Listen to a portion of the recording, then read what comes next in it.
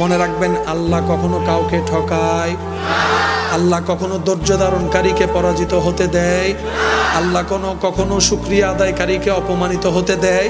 কিন্তু আল্লাহ মাঝখানে একটু পরীক্ষা নেন। কিসের পরীক্ষা?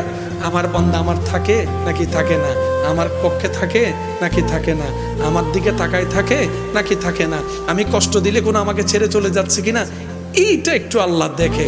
যখন দেখে বান্দা বলে যে আল্লাহ যা তুফান দেওয়ার দাও, তোমার রহমত ছাড়বো না, তোমার রহমত ছাড়বো না, তোমার দরবার ছাড়বো না, সিজদা দেওয়া বন্ধ করব না, নামাজ পড়া বন্ধ করব না, কোরআন তেলাওয়াত বন্ধ করব না, ক্ষমা করা বন্ধ করব না, মুস্কি হাসি কথা বলা বন্ধ করব না। যেদিন আপনার এই করাটা রবের কাছে পছন্দ হয়ে যাবে, এমন দেওয়া দিবেন আপনি আপনার ছেলে মেয়ে, আপনার নাতি নাতনি, 14 খানদান রাখার জায়গা পাবেন না। মনে রাখবেন, আল্লাহ কখনো কাউকে ঠকায়, আল্লাহ কখনো ধৈর্য ধারণকারীকে পরাজিত হতে দেয়, আল্লাহ কখনো শুকরিয়া আদায়কারীকে অপমানিত হতে দেয়। কিন্তু আল্লাহ মাঝখানে একটু পরীক্ষা নেন। কিসের পরীক্ষা?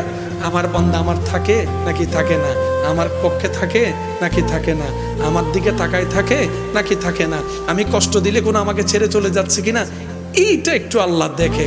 যখন দেখে বান্দা বলে যে আল্লাহ যা তুফান দেওয়ার দাও, তোমার রহমত ছাড়বো না, তোমার রহমত ছাড়বো না, তোমার দরবার ছাড়বো না, সিজদা দেওয়া বন্ধ করব না, নামাজ পড়া বন্ধ করব না, কোরআন তেলাওয়াত বন্ধ করব না, ক্ষমা করা বন্ধ করব না, মুস্কি হাসি কথা বলা বন্ধ করব না।